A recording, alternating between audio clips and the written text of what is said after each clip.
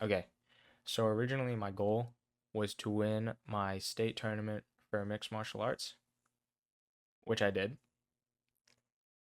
But there's no footage or pictures except the one I just showed.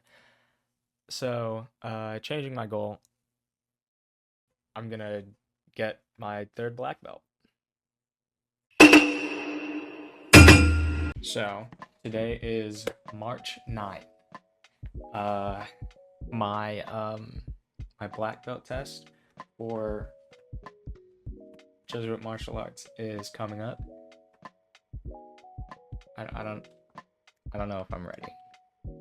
So when some people talk about black belts, some of them like to say that there's only three belts. There's your white belt, which is the one you get when you're fresh, you're just starting out. And then there's your red belt, which is you have practiced to the point that you've bled, and there is like actual blood on your belt, and it's turned red. And then there's your black belt, where you've practiced to the point of mastery, and now that blood that was on your belt earlier is dried, and that's a symbol of your hard work.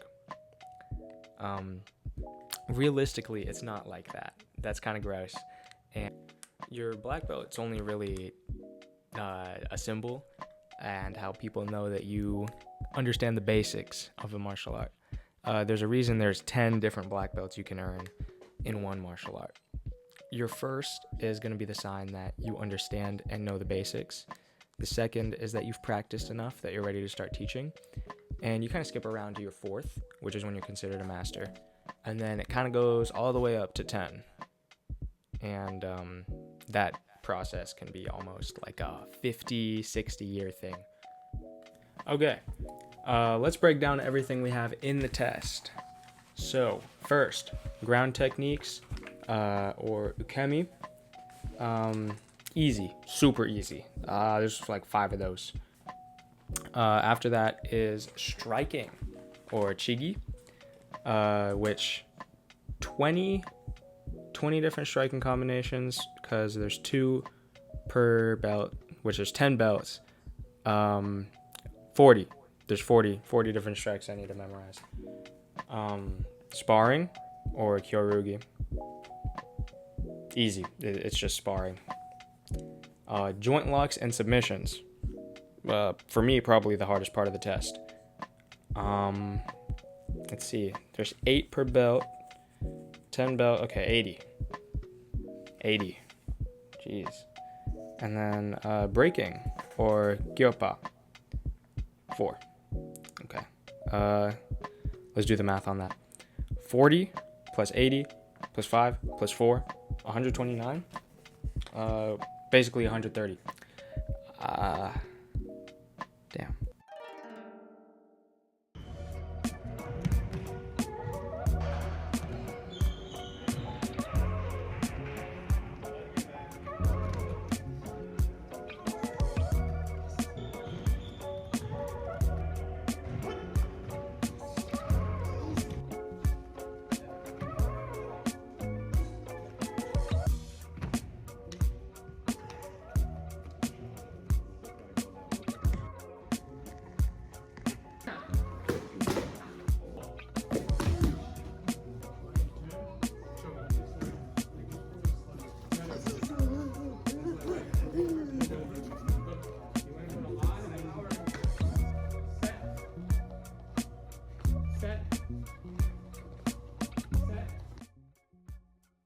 So, this is my last day before the test.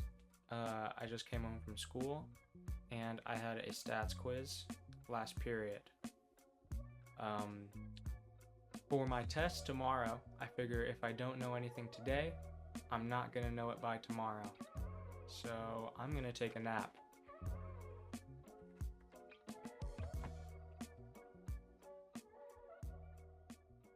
Alright, so the first part of the test is push down rolls. Pretty simple. The person judging just pushes you down, you roll, and then you kick. Next is obstacle rolls. You just roll over a guy. After maybe like 20 minutes of different kinds of rolls, we got rank kicks, which is where you just do all 40 kicks that you learned. And that is pretty tiring. It goes on for maybe like 45 minutes, and that takes a lot of energy out of you, which isn't great because after rank kicks is sparring, which is probably the most tiring part of the test. Here, I don't have a helmet, and all red belts testing need to have a helmet. So right now, everybody's taking it kind of slow and easy and light because we all know what's coming next. So this first part of sparring is where the people who are testing fight each other. But what comes right after that is when everybody on the team fights one red belt. And you can imagine that's pretty bad, which is exactly why I got picked to go first. So the sparring gauntlet is a staple of our black belt tests because they're not even meant to see how well you can fight. They're meant to test if you can survive fighting that many people in that like amount of time. So what that means for me going first is that everybody who I'm fighting is full energy, ready to beat the snot out of me. I'm still gassed from like the last 2 hours of this test. So that means that people who I'm normally okay with fighting are able to handle me differently.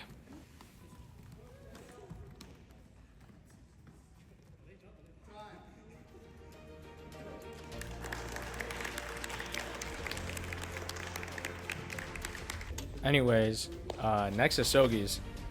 This is the joint locks and submissions. Basically, some random person comes up and tries to grab me, and my job is to react in a way that ends in them not grabbing me. It's pretty simple.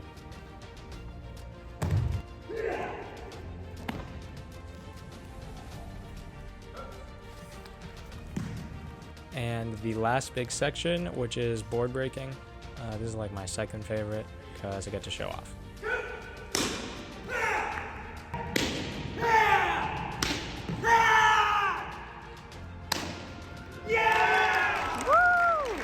And now we move on to the very last part of the test, tower break.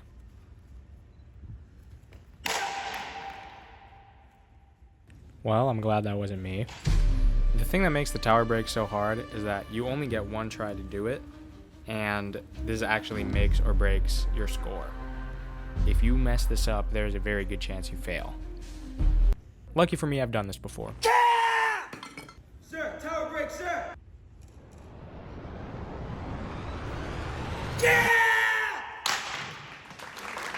Nobody filmed this part, but after we broke our boards, they made us leave the gym and wait for like almost 30 minutes while they decided who passed and who didn't.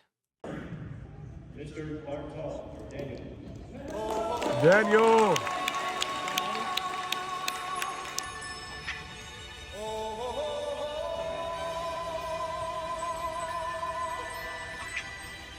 Mr. Bartol.